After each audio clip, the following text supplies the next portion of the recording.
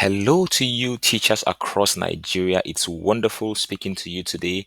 Good morning, and if you're listening to this from out of the country, good afternoon or good day, whatever time it is that you are in. We live in a very globalized world now, so you don't say good morning anymore. You just say good day, so that wherever you are, it works. It works. Thank you so much for inviting me, and I'm excited to be on this platform speaking to you, whether you're in Kano, Abuja, Uyo, wherever in the country you are today. I'm excited to be speaking to you on the topic of AI and success as a teacher. But I had to play a little bit with the words and study those words carefully. And so I'm going to be talking to you today on something I call the future, education, and the teacher. So we're combining all three into one, looking at where is the world going? Where is education going?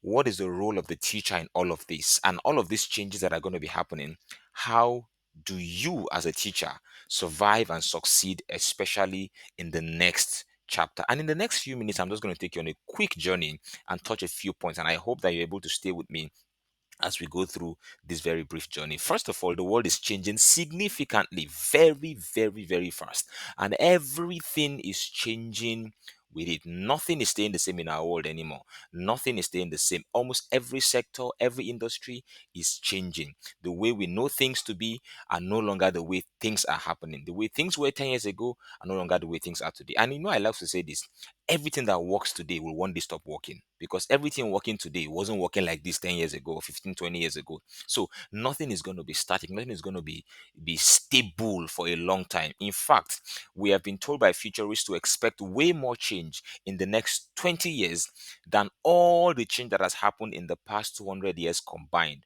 So between now and the next 20 years, we will see more change, more displacement, more transformations than all the change that we saw in 200 years. That is scary when you think about it, really. Really, really, really scary. 200 years before now was 1724. 20 years from now is 2044, meaning we are going to see more change in 2024 than everything that happens in the last 200 years between then and now.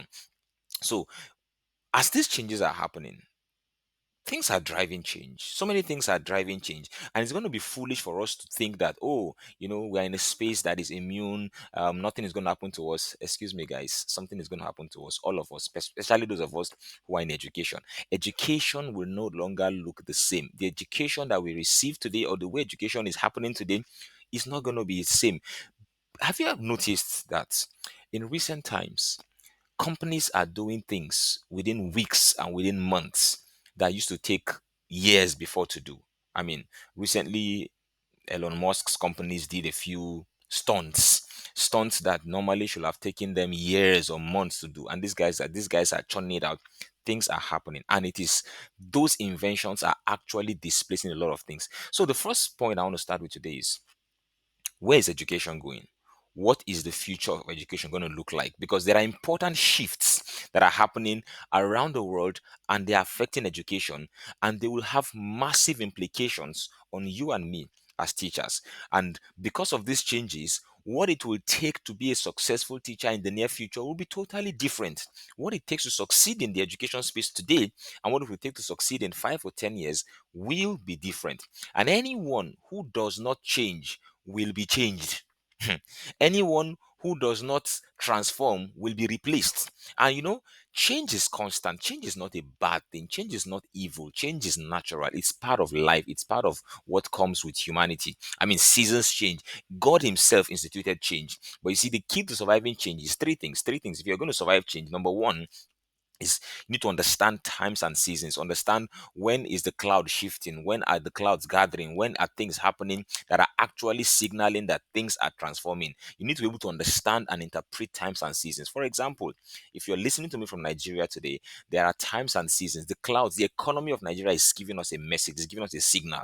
Things are there's something. Of course, it's not new, but you can tell that things are no longer the same as they used to be now. So number one step is understanding the times. Number two is knowing what you need to do when you say the times. And then number three is having the courage to do it. So you see the clouds gathering outside, you know that rain is about to fall. So you can see the change, you know what's about to happen.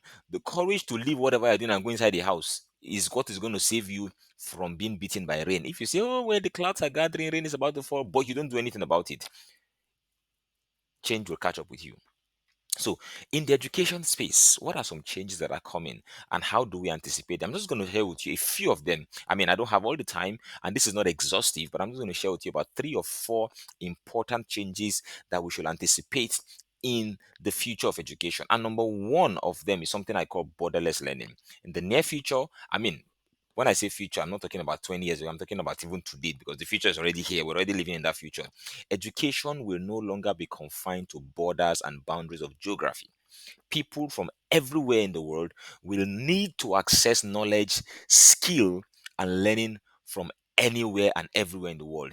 Already, we are seeing this happening. Students live in Canada and they are being taught by teachers in Nigeria.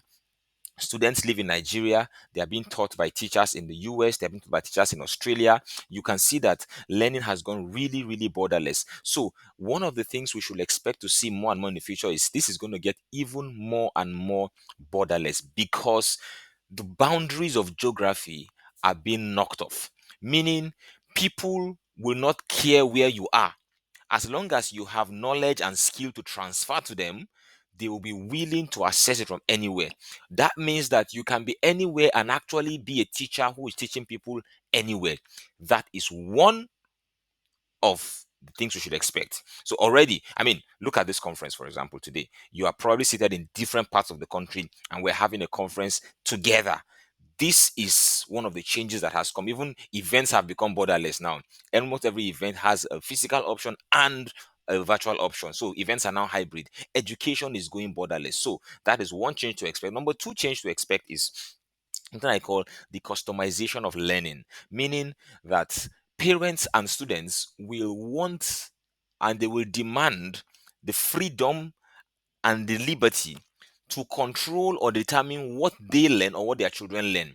So parents are they no longer want to be told what their children need to learn. They want to say, no, this particular child, I want this child to be good at music, to be good at sports, and to be good at maths. You see that one?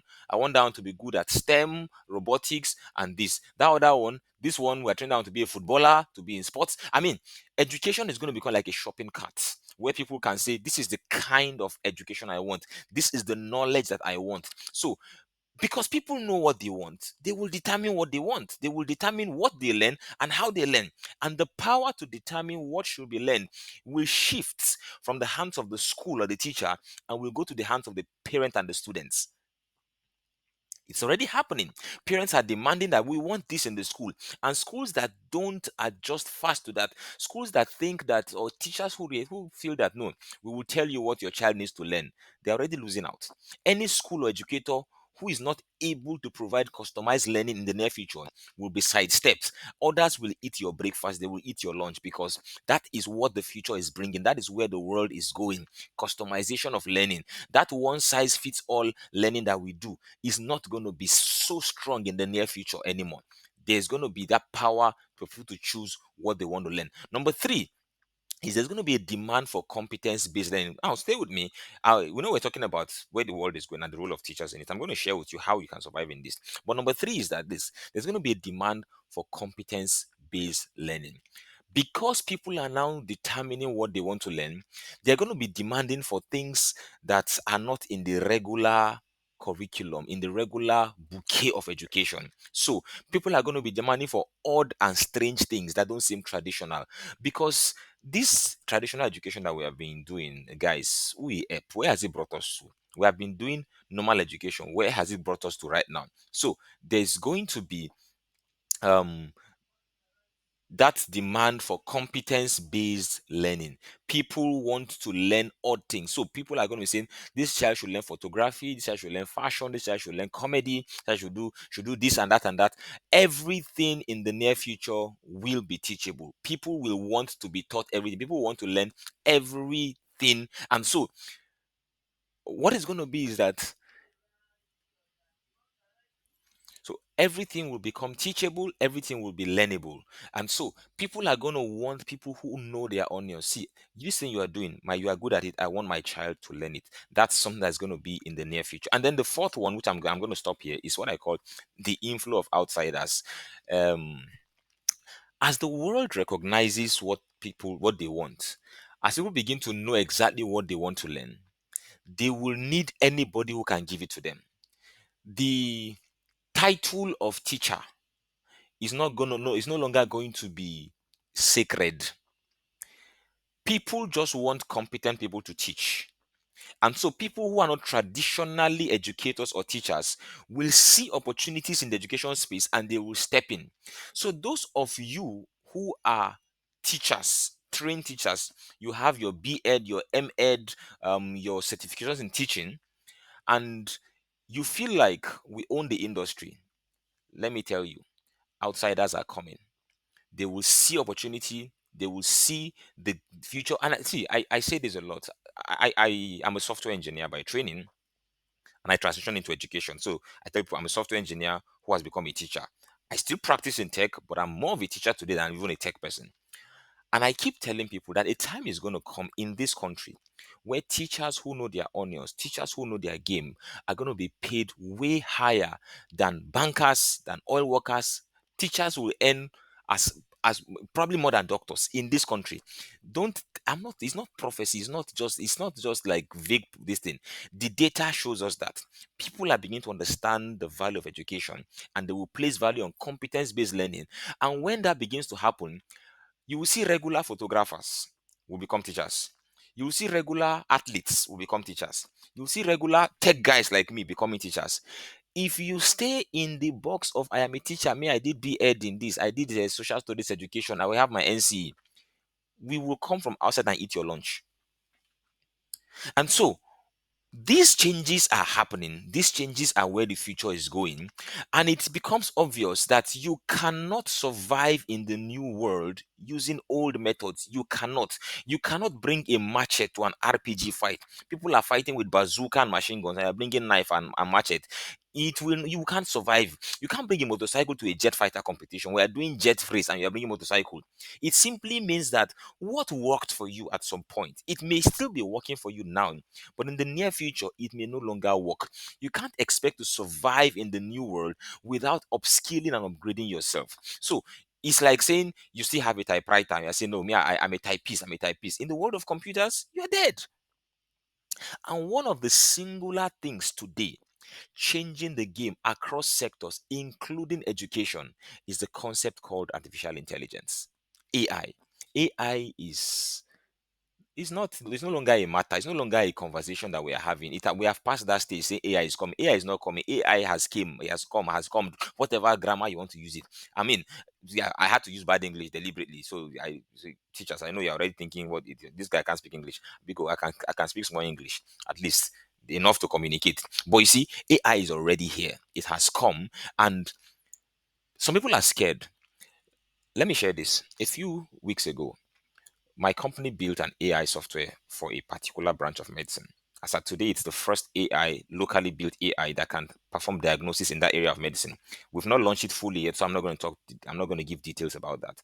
But I made a presentation to the College of Medicine, one of the universities, like our first public presentation, like, oh, see what we built based on this data, bring your test results. So how it works is you go and do this medical test. This medical test is a very specialized medical test that only few doctors in Nigeria can interpret. The whole nation, there's only about one doctor to about 100,000 Nigerians who are specialized in that area, who can interpret that test result. We've taken data, we've built an AI that once you just take that test, plug it in, the AI will actually tell you, interpret the result, and give you a diagnosis. We built that in Nigeria. So AI is not coming, AI has come. People are scared. Oh, will this replace doctors? Will this replace doctors? AI is not going to take your job, but somebody using AI will take your job. One of the biggest scare with artificial intelligence is that now that AI has come, people are going to lose their jobs. Are people losing jobs? Oh yes, people will lose jobs. But let me tell you, more jobs are going to be created using AI than jobs that were lost. It's like the typewriter and the computer. Did the computer take away the typewriter's job? Oh yes, it did.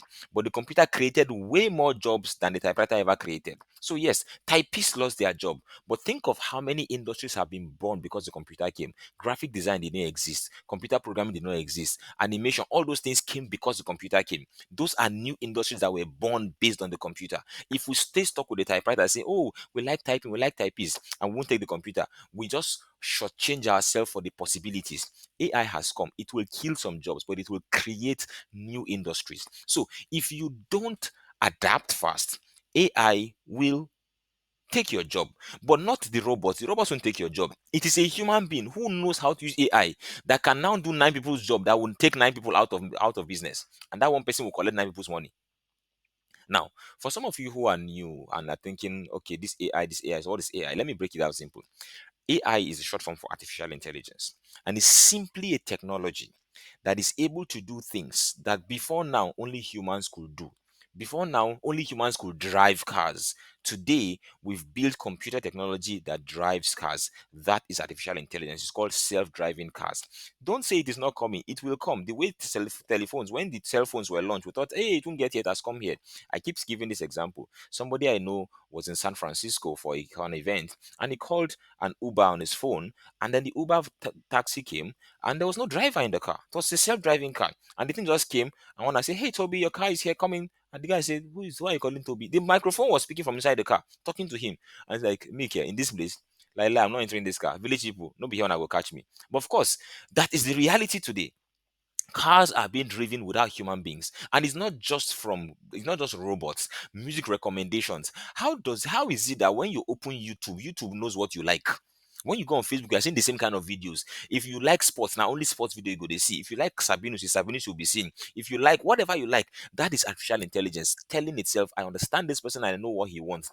Today, music recommendations, video generation, all of those things that only human beings could do before, that computers are doing today, that is artificial intelligence. Now, it's very, very simple. I mean, there are all kinds of AI, generative AI, I mean, all manner of things. I'm not going to technical details today, but I just want to let you understand that this thing has come to stay, and it's not meant to scare you. AI is meant to be your partner, not a replacement.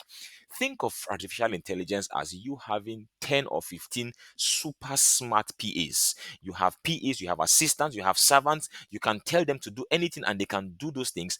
That is what AI is, and that's what AI has come to do. So, if you are not using AI as a teacher, I can tell you for free, somebody will soon replace you.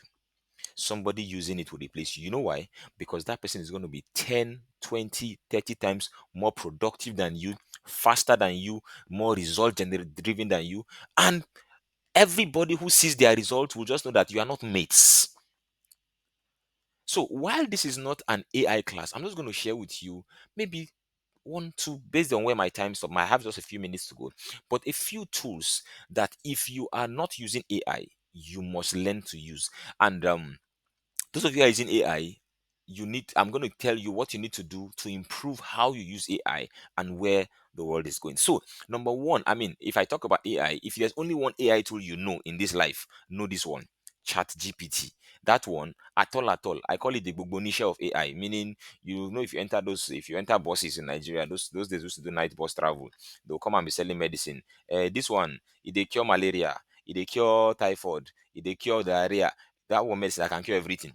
In the world of AI, ChatGPT is the Gbogbonishia. It can cure everything, meaning almost anything you want to do.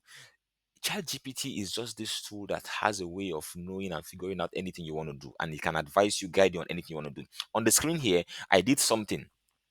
This was a real conversation I had in my school, by the way. So, Teacher Collins teaches sixth graders at our school. He teaches public speaking. He has, I mean, across classes. So TED, we have this TED, so he teaches public speaking, and so he's always training these kids to do presentations. And so I was telling him, you know what? Why not give them? So we're just talking one day. How do you get topics to give your students? You can have 20 students in a class, and you're saying, I want to give them an assignment to go and prepare a talk. Maybe like a 10-minute presentation on a topic, but I don't want to give the same topic to everybody. In fact, I want to give every child three or four or five topics to choose from. I told him, just go to AI. So I just did it. Look at this. I went to chat GPT and say, oh, Collins has 9 students. He wants to give them an assignment to choose from one topic each, from 3 topics, which topic they can make presentation. Can you give me 3 suggestions of topic for each of his 9 students so that there's no repetition? AI just gave me for student one, student two, up to the ninth student, three topics, no repetition. That's what AI can do. It helps you to extend the capabilities of your teaching or your thinking. If you are not using ChatGPT, go on YouTube today. Just go after this conference, go and Google tutorial on how to use ChatGPT for teachers. You will see lots of videos. This is one tool that can change the game for you as a teacher. And I'm going to share with you because it's one thing to know the tool, it's one thing to use the tool. Most people I know today who are using AI are using AI at 10% capacity. 10% capability is what they are doing. And so I'm going to show you what you can do to actually use ChatGPT at a higher level. But ChatGPT is just one tool that can transform your game as a teacher. Another tool is something called Magic School. If you're not using Magic School, please, after today, go and check it out. Magicschool.ai. It can do all manner of things: image generation, prepare your lesson slides, generate quizzes for you, prepare lesson plan, create worksheets for you. I mean, the kind of things that it can do for you, amazing, amazing. Just go magicschool.ai, sign up for free as a teacher, check it out and see what it can do. Tell it the class you want to teach, the topic you want to teach, it will prepare lesson plan for you, can prepare lesson slide for you, can do amazing things. When somebody is still doing manual for 2 hours, in that same 2 hours you have prepared your entire lessons for the entire term, and you can spend your time doing more productive things. No, I mean, we're not saying AI is going to replace your thinking. In fact, AI, like I say, AI won't replace human thinking, but to enable you to do way more with your thinking. It will give you more time. When you spend things you spend 2 or 3 hours doing, you can now do in 15, 20 minutes, so that you can do the work of 10 people with the same 2 hours. That's what AI allows you to do. So check out magicschool.ai, try it out, see what it can do, explore it. Let me give you one more. Go and check out lessonrobot.com. You want to prepare lesson plans? Amazing. Create super lesson plans with superhuman speed. That is the power of this thing. It's going to give you speed that before now you could not generate. How do you get these things done? But just go. There are See, if I want to spend 2 hours teaching you about AI, I can't exhaust tools. I'm kind of exhausted. So, how do you stay on top of the game in this world driven by AI? I'm going to share with you three things. Three things, and if you want to succeed as a teacher today, these are three things that I think you must go and explore. Number one, if you're going to stay on top of AI, you have to be a lifelong learner. See, there are new tools being created every day. Almost every month, new tools are coming. What you knew 6 months ago not can be, are actually obsolete today. So if you took an AI training 2, 3 months ago and say, oh, we have learned AI, we know all the AI tools, let me shock you. Things have changed. So you have to be a lifelong learner. Keep learning, keep checking things out, keep going online. What is new? What is trendy? What has come out newly? Because new tools, I told you, we just built a new tool in medicine for Nigeria in the last 1 month. I mean, if somebody thought he knew all the AI tools in Nigeria 2 months ago, he's out of date as at this month. That is the power of speed. When I say the speed pace of change, when I say there will be more change in 20 years than in the last 200 years, that's what I'm talking about, guys. So much is going to be happening. Number two, stay curious. When you hear of new tools, don't assume you know what they are doing. Go and try them out. Don't say what they have come again, or what have they built again. When say, AI robot, AI this, lesson planner, AI, whatever, whatever. Check it out. Go and see what is this thing doing, Self. You can't give what you don't have as a teacher. You can't raise curious students if you yourself are not curious. So you have to stay curious. You have to stay learning, constantly checking out what is new, what else can I add, what else can I do. And then the third, please, if you will use AI, this third one, go online, Google something called prompt engineering. Take a course on prompt engineering. I've seen people use ChatGPT. Just go and I say, how do I or prepare lesson plan for me for this? How do I do this? And you just get the reason why you use ChatGPT or use AI, and we can know you're using AI is because you've not mastered the art of prompt engineering. Prompt engineering is the art of giving instructions to the AI so that it can give you results that actually are customized to your needs. It's a skill you will have to learn, you will need to learn. So tools like ChatGPT are powerful, but a lot of people are using that 10% capacity, 2% capacity. Go online and take a training on prompt engineering. Guys, like I said at the beginning, the world is changing. The skills that are going to stand you out as a teacher are different, are no longer the same, because the skills that students need to succeed in the near future are changing. Your teaching skills have to change, and AI has come to assist you. Let me go back to that slide I showed earlier. I said AI is not a replacement, it's a partner. Think of all these tools as assistants. They will actually give you speed, give you functionality, give you efficiency, give you performance excellence.